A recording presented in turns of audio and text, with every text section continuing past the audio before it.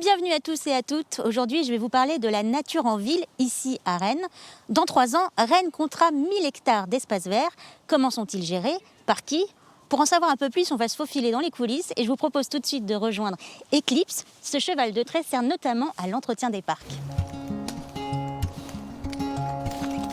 Eclipse travaille au parc des Gailleuls, guidé par Céline et Mathieu. À Rennes, cela fait 20 ans que le débardage à cheval est utilisé et cette technique offre bien des avantages.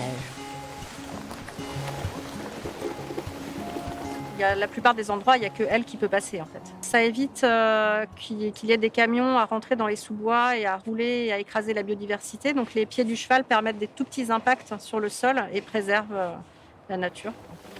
En moyenne, une trentaine d'arbres sont retirés ici chaque année grâce au cheval de trait.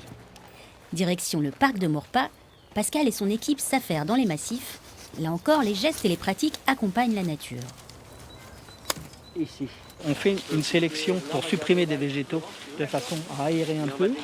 On garde ce qui est le plus rare et on va mettre en valeur des arbustes qui ne sont pas courants pour au final arriver à une méthode de taille raisonnée en respectant les végétaux, en les laissant s'épanouir davantage et en passant beaucoup moins de temps à les tailler.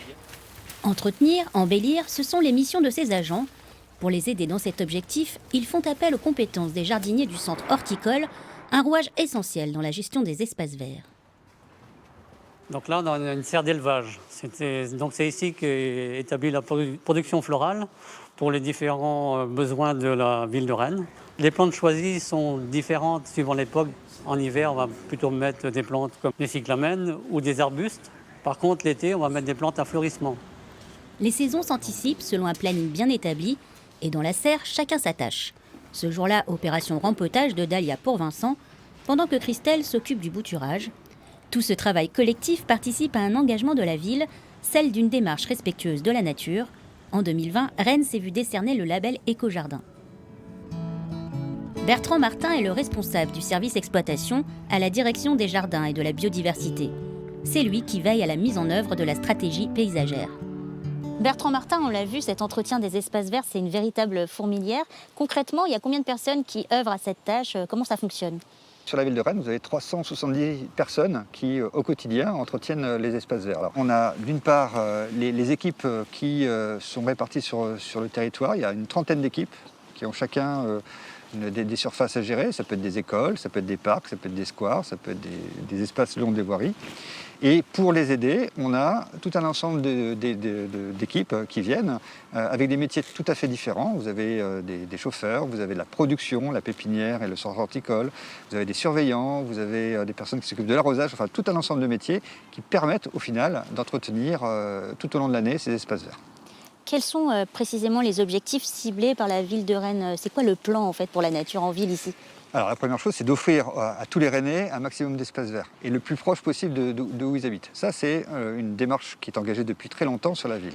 La deuxième chose, c'est qu'on est engagé depuis maintenant près de 30 ans sur une démarche très vertueuse, le plus vertueuse possible. On a commencé par réfléchir sur l'arrêt progressif des produits phytosanitaires. Donc, depuis 2005, on n'utilise plus aucun désherbant, aucun produit chimique sur la ville de Rennes. Et puis en cohérence, eh bien, on a aussi réfléchi sur réduire la consommation d'eau, gérer les déchets verts par exemple, où 100% de nos déchets verts sont valorisés, réduire la consommation d'engrais, travailler avec une palette végétale la plus indigène possible, c'est-à-dire des végétaux qui sont le plus adaptés à notre climat. Voilà, donc c'est tout ça qui permet au final d'avoir des espaces verts sains pour les Rennais.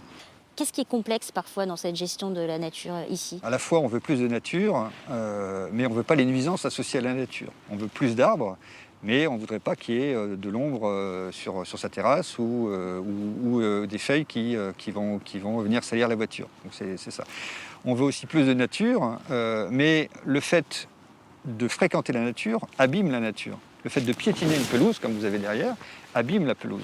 Et donc on est toujours dans ce compromis, c'est d'offrir aux Rennais, bien sûr, des espaces verts, mais aussi freiner, les encadrer, les guider pour qu'on préserve cette nature. Merci Monsieur Martin. Le compromis, c'est effectivement le bon mot, puisque ce n'est pas toujours simple de concilier les projets urbains avec l'environnement. Le secteur de la gare, par exemple, à Rennes, devait voir de nouveaux aménagements et prévoyait notamment des abattages d'arbres, ce qui n'a pas été sans susciter la polémique.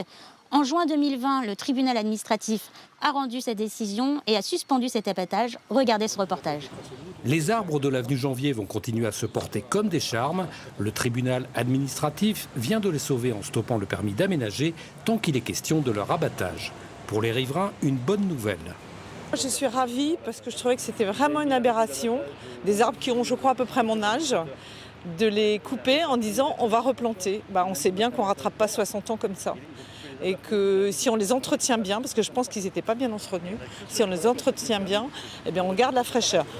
Les arbres absorbent CO2 et particules fines et contribuent à abaisser la température en cas de forte chaleur. Pour leurs défenseurs, la décision du tribunal est donc juste et devrait désormais s'appliquer partout. On a gagné un référé, pas le jugement au fond. Nous, ce qui nous préoccupe, c'est le jugement au fond, pour avoir une jurisprudence opposable nationalement et que ça serve partout, quoi. Les élus écologistes, justement, avaient voté en faveur de ce projet, mettant en avant la fin de la circulation automobile sur l'avenue et une nouvelle végétalisation différenciée, supposée plus efficace. Il y avait un abattage des charmes, mais par ailleurs, on retrouvait une bande végétale très large, où là, on replantait plusieurs types de végétation. Et du coup, il y avait un vrai intérêt pour la place de la biodiversité, justement, sur ce projet d'aménagement. Donc il faut qu'on voit si la décision du tribunal est définitive, comment est-ce qu'on peut à la fois conserver cet alignement d'arbres, mais en même temps toujours garder cette volonté de ramener une végétation nouvelle sur cette avenue. Ces débats sur l'arbre sont loin d'être terminés, mais une charte de l'arbre est en cours d'élaboration. Elle va engager les différents acteurs autour de cette thématique, comme les riverains, les promoteurs immobiliers, la ville évidemment, les fournisseurs d'énergie, et elle devrait voir le jour en 2021, cette année. Il est temps pour moi de vous quitter. Je vous remercie d'avoir suivi cette page environnement. Tout de suite, vous retrouvez votre journal d'information régionale.